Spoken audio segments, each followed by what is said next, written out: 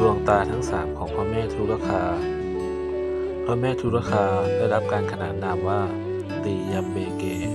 ซึ่งหมายถึงเทพีสามตาตาซ้ายแทนความปรารถนาหรือดวงจันทร์ตาขวา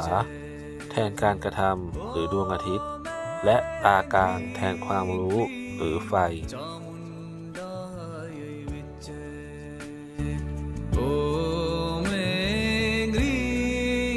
โอมมณีปัทมีหุม